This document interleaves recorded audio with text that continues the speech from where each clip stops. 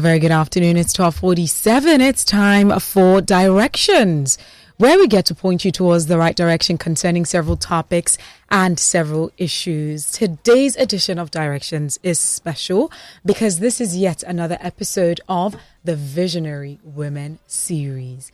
Now, for you who may be tuning in for the very first time and you're wondering, what is this about? Now, this platform was created to just illuminate the remarkable journey of female leaders, captains of industries, trailblazers, women who are achieving great feats in their different industries, in order to use their story as a learning moment to direct and to help out that everyday woman like you and I as we journey through our careers and through our lives. And I will kick off this episode with this particular quote by MS, who said that I will not follow where the path may lead. I would go where there's no path and I will leave trails. And that's exactly what these women do. Now, my guest today, I would say she needs no introduction. A woman that I'm in awe of, one of the most sweetest women that I've met. But for the sake of the series, I would definitely give her her flowers. She is a banker with over 22 years of prolific experience. She's held various senior positions in corporate finance, investment banking, retail commercial banking, and banking operations with core skills in financial analysis, effective communication, relationship management, and business development, and a track record of winning and executing various mandates for big ticket transactions. I'm not talking about a small fry. This is not a small fish, okay?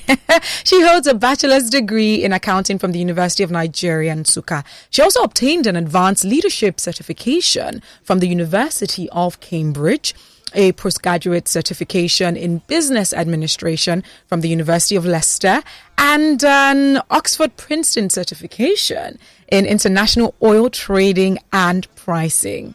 She is currently the group head, Energy and Technology Corporate Banking Division in Keystone Bank. And she's responsible for maintaining quality relationships with corporate clients, managing the development and structuring of prudently priced credit facilities, negotiating the pricing of cost-effective long-term liabilities. And I can go on and on and on with the amazing feats that she's achieved so far. But I would like to particularly highlight that she's also a trained transformation and executive coach.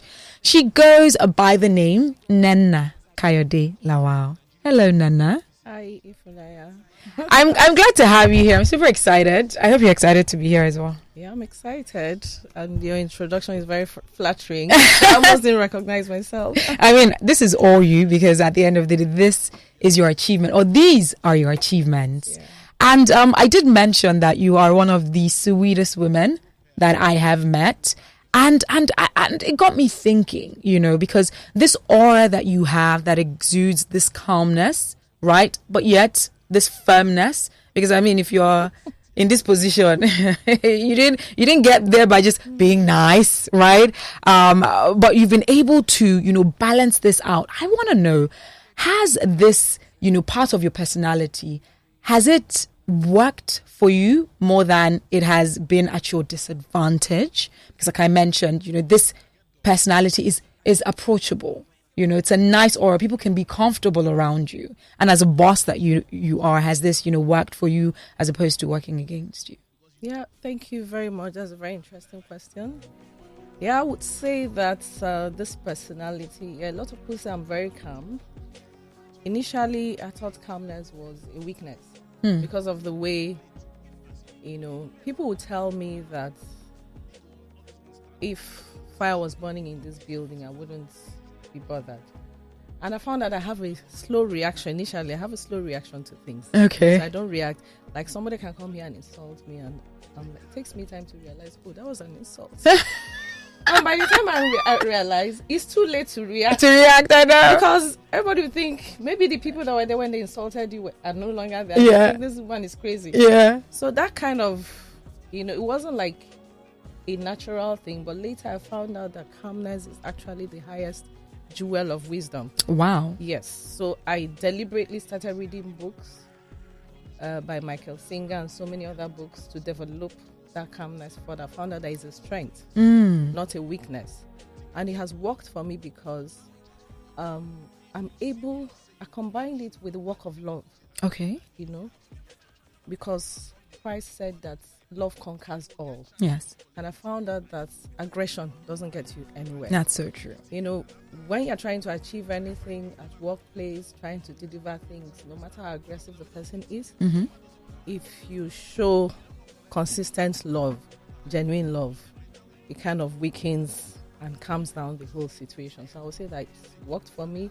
It works for me. And like you said, I also didn't realize I have a very firm personality. Yeah. I have a very good friend, Brian, who would tell me that, I think she was introducing me to somebody and she was like, I have a very stern, firm personality. I was like, no, I don't.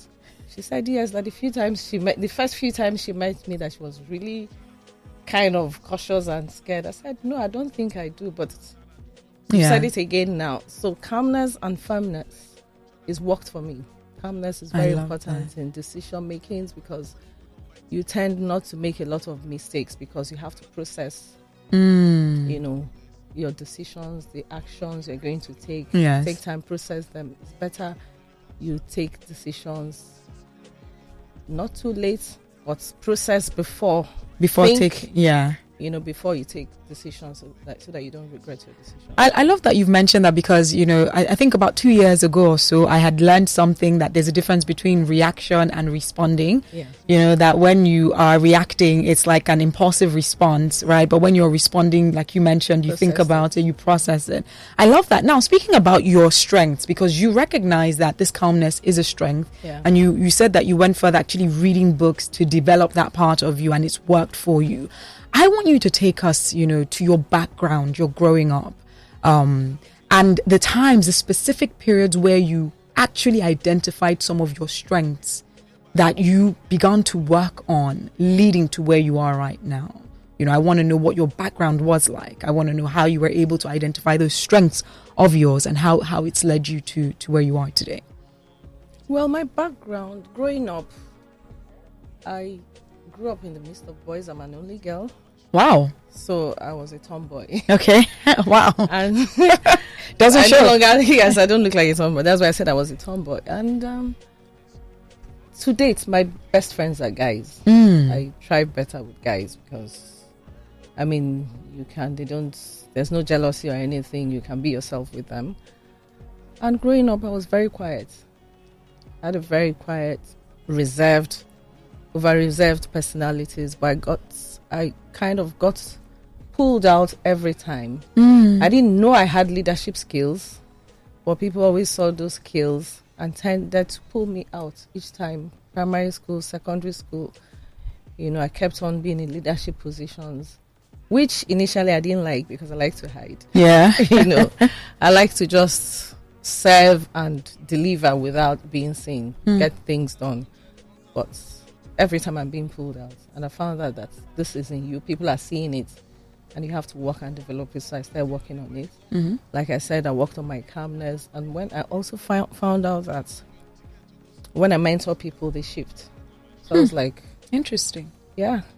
So I said, okay, I have the skill that I'm able to transfer experience and knowledge to people, and they're able to decide to change their lifestyles because of what I've told them. So I decided to do my coaching certification to make it professional so that I can understand better ways to do it. And after I did the coaching thing, so I coach. It's part of my deliverables in the bank. Oh, okay. Yes. Interesting. I offer to do that. Okay. It's not that I'm paid extra for it. Yeah. So it's part of my deliverables, and the human resources has kind of aligned coaching with the system because we found out that people have skills. People are overqualified, have the skills, but people tend to not have those skills to align with the team they're working with to deliver efficiently.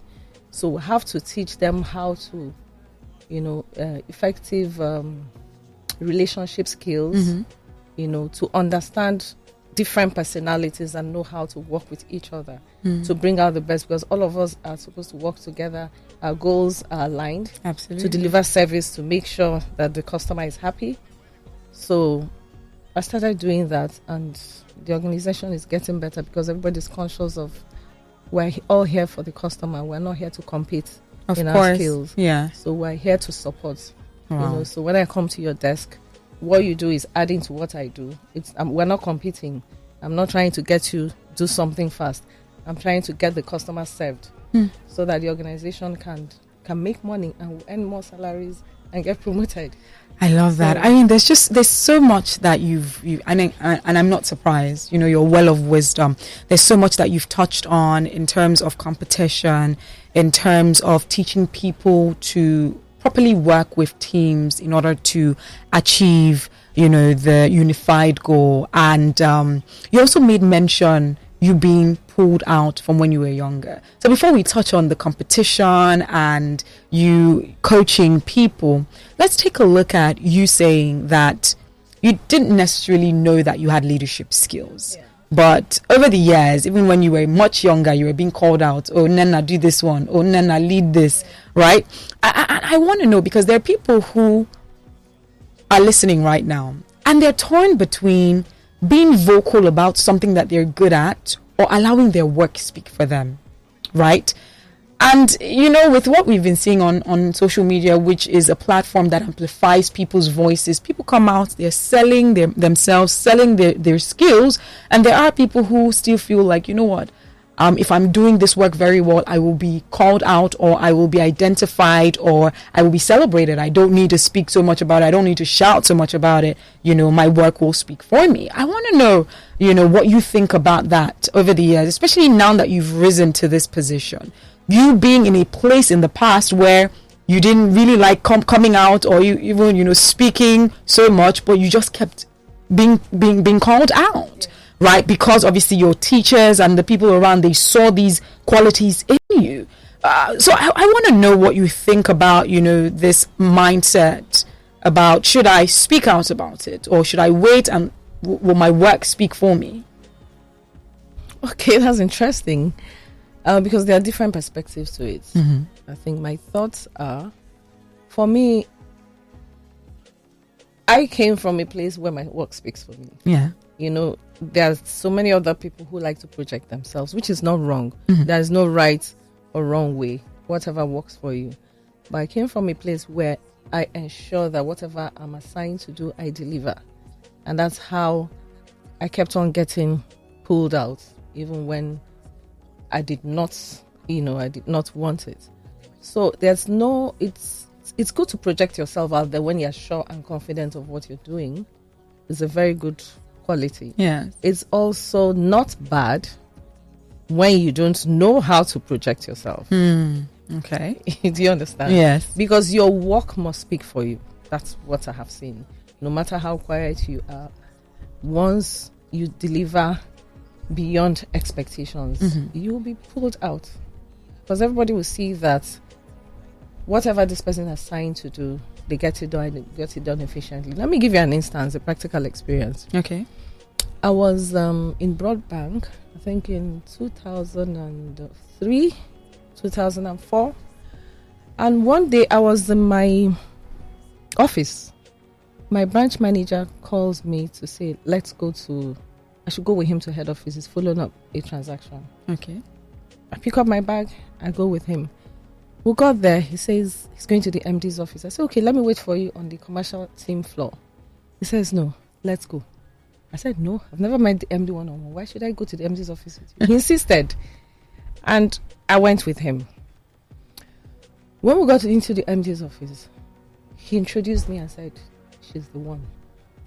Oh, he just said she's the one. He just said she's the one. Oh, wow. I froze. I almost fainted. My heart was beating so fast. I was like, what have I done wrong? Are they about to fire me? What did I do? All sorts of things were running through my mind. I was just looking. And MD was like, okay, I've heard your name came up in a meeting.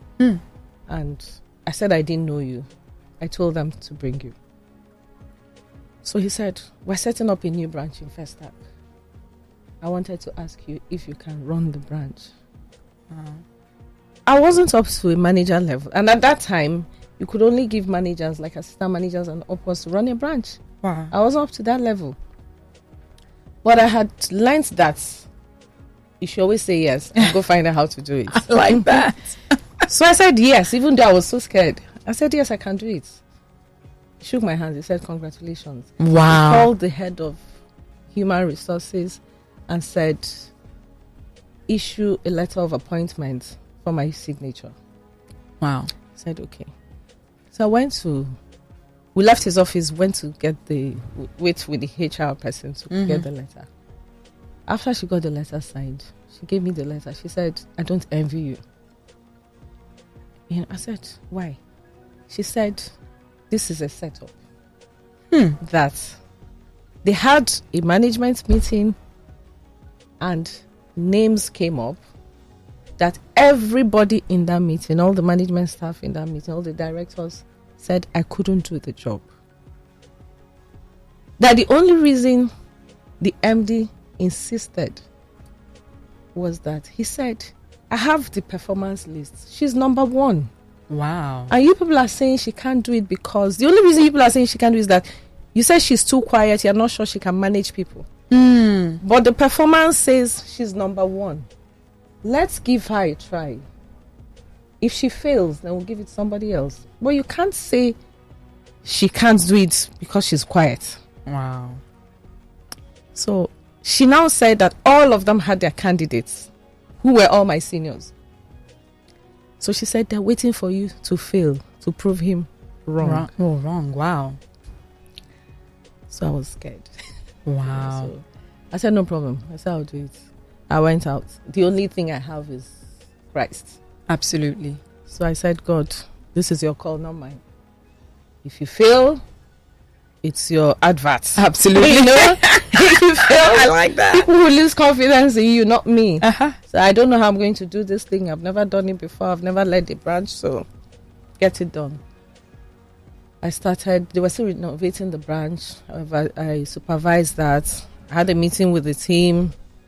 The operations manager was like 20 years older than me. Wow. But he cooperated very well because of the way mutual respect and all that. So while working together, I told them, I said, this is a challenge. We must deliver.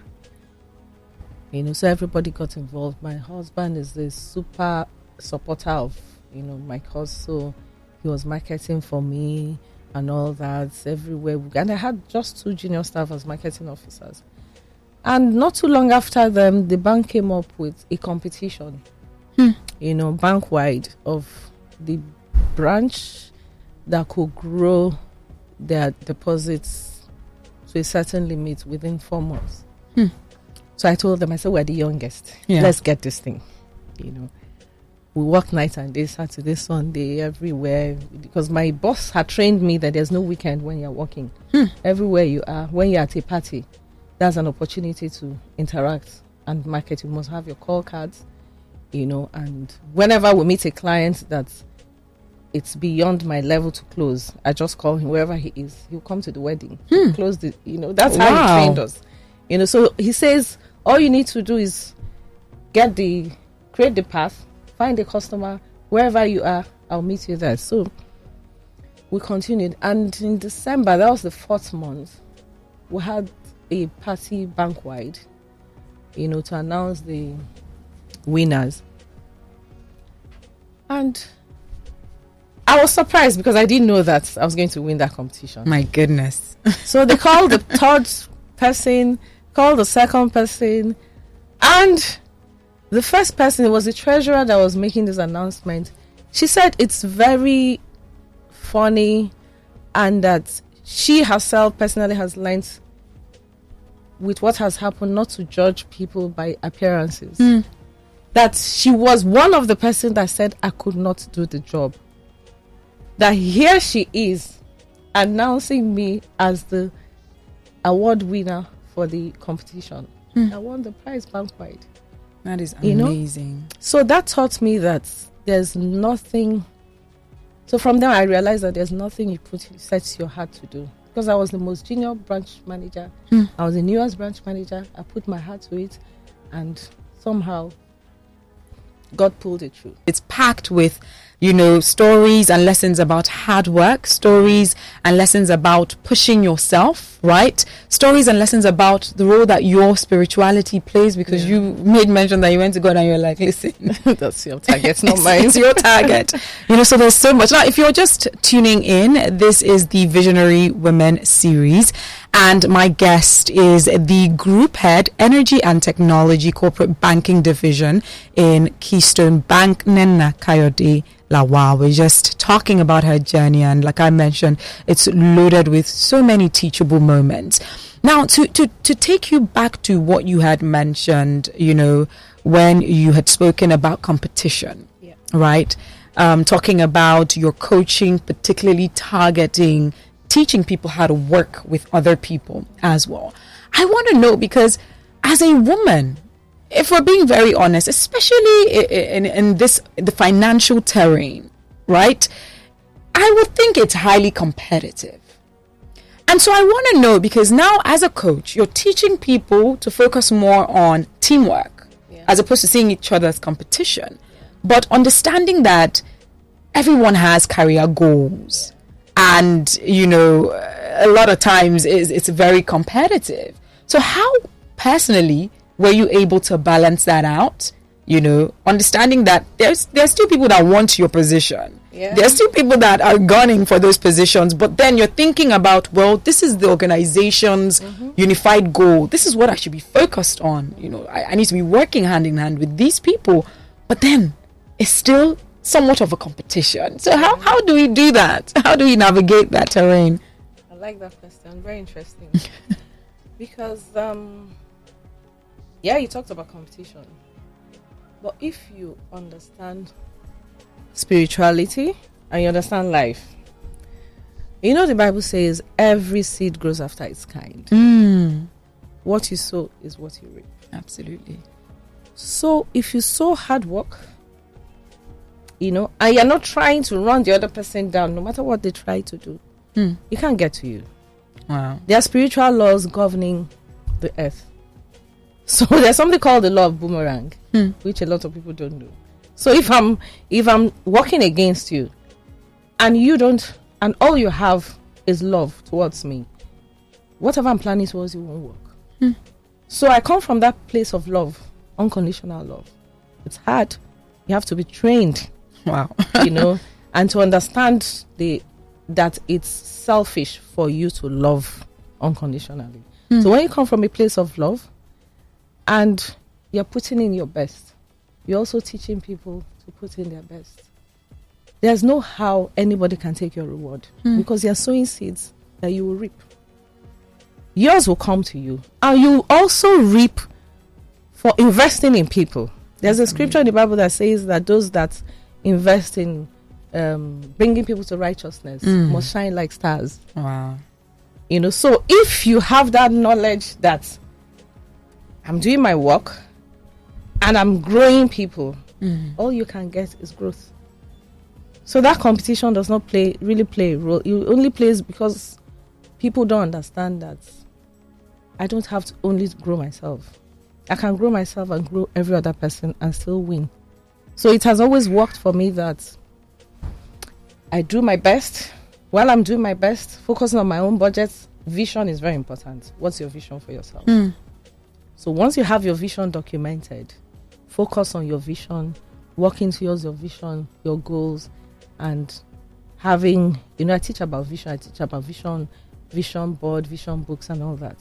So once you have your vision in front of you every day and you're working towards it, you must achieve it. And you mustn't stop investing in people, because every morning before I leave home, I ask myself, what do I want to receive? So I remind myself every day that that which I want to receive, I must give it out, because that's how it comes back to me. So I keep investing every day. I say, I must impact every life I come across today. So when you're impacting, you can't lose. Unless you don't understand the laws. You cannot lose. That is phenomenal, Nnenna. Honestly, I feel like there's one quote, and please, by the way, Michael, we're going to put that quote on our page, because you said something. You said, I can grow myself, help other people grow, and still win. Yeah. Because you see, that's something that I feel like a lot of people find difficult. Yeah, because they don't understand. Wow. The Bible says, my people perish for lack of knowledge. So if you don't know that it's going to work for you, we've been programmed to compete. We've been programmed to bring the other person down so we can rise up. But I've learned these things and I've practiced them for years, and it has never failed. The only time they've tried to pull me down, I was fired in 2017 in the same organization. Wow. Yes. Because my contemporaries felt this girl has too much favor. Is it only her? Why is she the only one getting everything? And we had a new board. They went and sold all sorts of things to my MD. Wow. And I was fired. How did you? Fired. Let me finish. Let me land. I was fired. And because I understand the laws, I knew that I had not sown anything negative. And consistently, I kept remembering the things we were taught in church. I remembered when Pastor Paul talked about Daniel in the lion's den. When he came out, the first thing Daniel did was bow to the king that ordered him to be killed. Absolutely. And said, O king, live forever. So I remember Pastor Paul telling us, honor. Spiritual authority classes in House on Rock teaches us to honor your supervisors no matter what they are doing to you, because the reward comes from God, not from them. So I remember that one. Okay, when my boss fired me, I said, okay, I must honor him. Wow. So right there, I didn't shake, I didn't cry, I didn't beg. All I told him was, please investigate so that you can know that I can't hurt you, and so that you know the kind of people advising you. And I left. He called me back. He said, come back to my office, because he couldn't understand. I just fired this girl. She's not crying. She's not begging. She's not, And all I said, God, I know that this is for my good, because you said all things work together for my good. I held on to that word. And when I saw the lady that engineered it, I told her. She said, we don't know. I said, you're the one. And this is what, I told her. I said, I know it's you. This is what happened. These are the things that led to it. I know, but it's fine. I left, packed my things, went home. After 1 week, I was at home. My MD calls me and says, come back to work. I've investigated. That people are evil and malicious. So when you come back, don't discuss anything that is not work with them. I came back to work. And when I saw the lady, she was walking towards me. I was having a meeting with my team members. When I got back, I saw her. I got up. I went to her. I hugged her. Genuinely. You hugged her? Because I understand that love will fight for me. My goodness. I hugged her and she lost her cool. Of course she will. She lost, And 2 weeks after I resumed, she was fired. And all the other people that engineered my sack, they were fired. That's a law. When you understand these laws, you know that you don't have to hurt anybody to progress. Listen, your story is just blowing my mind. I don't even know where to even begin to.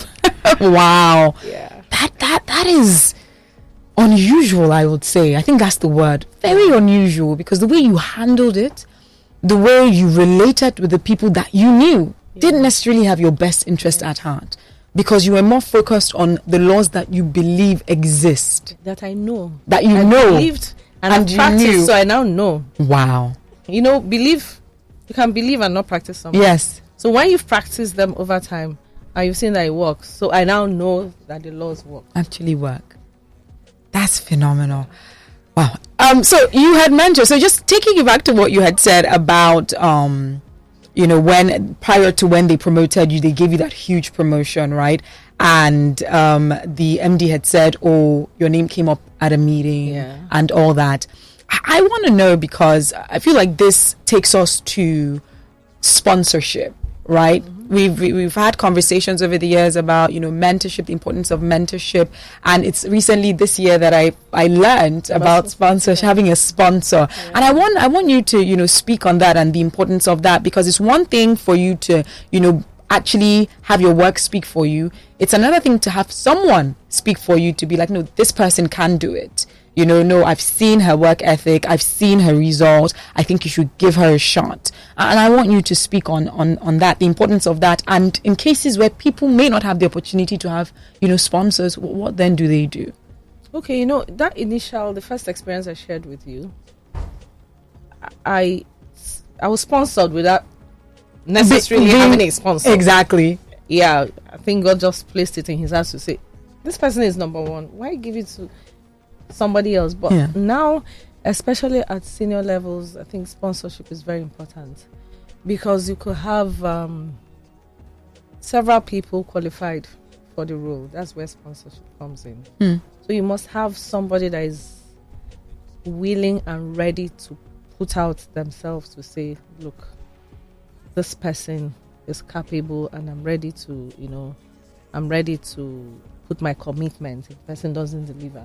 So it also comes down to relationship building, having good relationships, because if you don't build good relationships, how would you get a sponsor? And it's not something that you just decide and say, okay, I'm expecting this promotion, can you be my sponsor?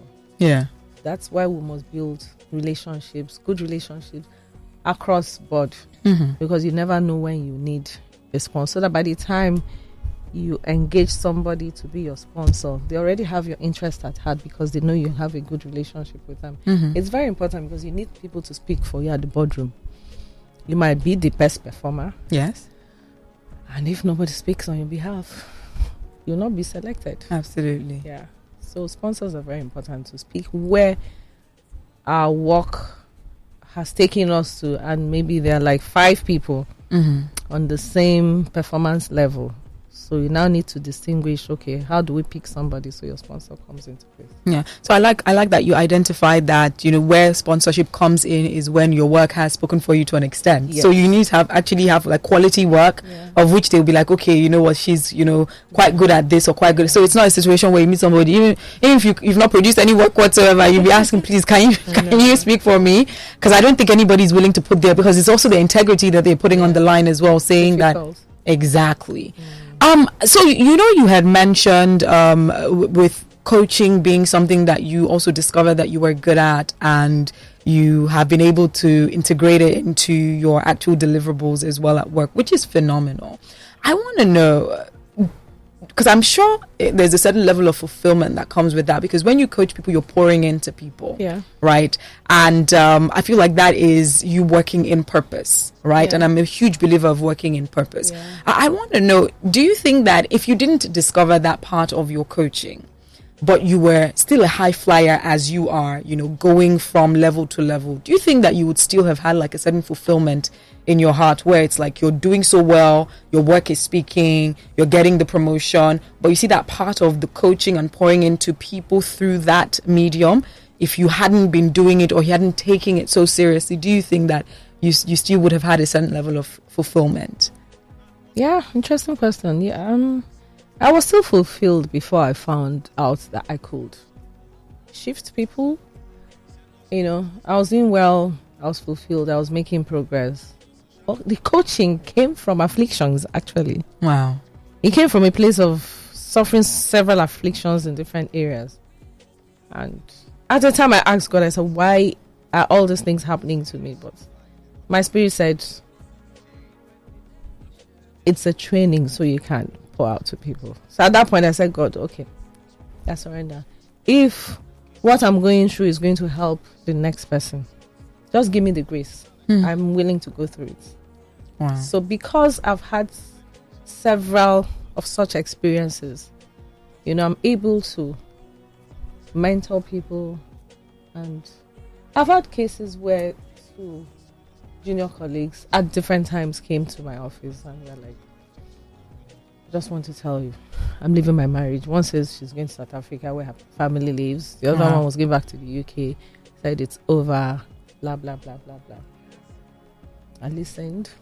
They cried and all that. But at the time I poured out life experiences to them, they changed their mind. Wow. They were smiling, And I told them, I said, look, there's no marriage that is easy. There's no marriage that is perfect. Forget the people that are kissing each other on the streets and hugging each other. It's not perfect, And these are the challenges I've also been through. They were like, are you smiling and happy? I said, yes. There's no marriage. If you leave your husband and go to the next man, you're going to face pretty much the same thing. Pretty much the same thing or worse. Except there's violence. If there's violence, then I don't encourage that. But I mean, there's nothing that cannot be worked out. There's no perfect marriage. Even in families, your siblings, there's no perfect relationship. So you just, So I think that coaching came from having several afflictions in different areas of my job, relationships and all that. And I was able to say, okay, I'll use this to help people. I was willing to be used. And so it comes easy. That's why I had to go and make it professional. Out of it. That's And the thing, I also coach my customers. You coach your customers as well? When they have challenges. That's amazing. The skill comes in. I have a customer that recently, his business is having so much challenges and all that. Blood pressure goes up and all that. Wow. And I had to give him some books. I said, read these books. And he's a billionaire. I said, read these books and let's discuss. Yesterday he even called me. I said, we need to meet. You need to drop this thing. This business has to work. If you continue like this, you're going to have negative energy all around you and it will be complicated and keep getting worse. So you need to come out of this so that you can win. So that's another value that you give customers, that they never want to leave you. That's phenomenal. Exactly. Because you actually care about them. You care about their business. You're not just bring this. When they're not doing it, turn your back on them and face next customer. But you are concerned and you're giving them value. And it's working. Wow. That's phenomenal. All right. I know that I need to let you go, and I promised that it was just going to be a few minutes, but just a little bit more before you leave. There are people who may be listening right now who are saying, well, Nnenna had a lot of big breaks early in life. When she was younger, she was given this great position that clearly led to other greater positions. And they might see themselves as late bloomers, where things didn't really happen at the age that people would term appropriate for certain things happening, be it marriage, be it maybe moving up your career ladder. And they feel like they're late bloomers and they're wondering, how will my life be, or what will the trajectory be, especially knowing that the competition pool is even much wider with the younger ones who now have obviously the help of technology and AI and just sharpening their skills and bringing more like youthful ideas to the table. And so they might be bothered or worried that if they look at their contemporaries or their mates, they're way ahead of them. So what would you say to them, knowing that obviously you had certain great opportunities earlier on in your career, so to speak? I don't, good question. I don't think it's ever late. There's an Igbo adage that says, whenever you wake up is your morning. Yes. I think we should learn not to compete or look at what the next person is doing. I think we should all have a vision for our lives. When you have a vision, you can have various goals that, streamline to your vision. When you have a vision and you focus on the vision, don't be distracted by how other people are succeeding, or maybe they are younger, they have more advantages and all that. When you have a vision, you focus on the vision and you work towards the vision, there's no how you'll not succeed. Wow.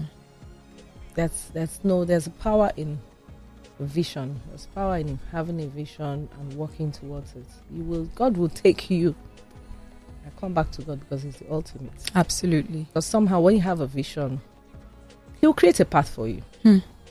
Once you see you have aligned your goals with your vision, and you can see it every morning you wake up, you remind yourself of your vision, you have your affirmations, you have a focus, you're not distracted by anything, by younger people, older people doing better than you.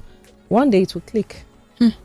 So it's not about age. After all, the owner of KFC Yes. discovered himself at 65 or 67. Quite old in Yeah, life. so it's not, I don't think it's about the age, it's about your decision.